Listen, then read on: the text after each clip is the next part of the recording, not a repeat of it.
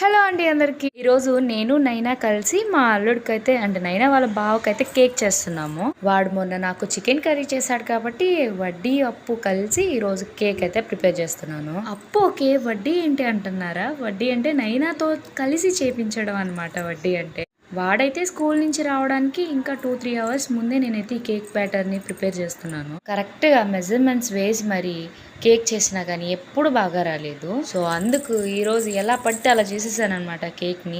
Happy biscuit 2 packets ఉంటే so దాంతో అయితే ప్రిపేర్ చేస్తున్నాను.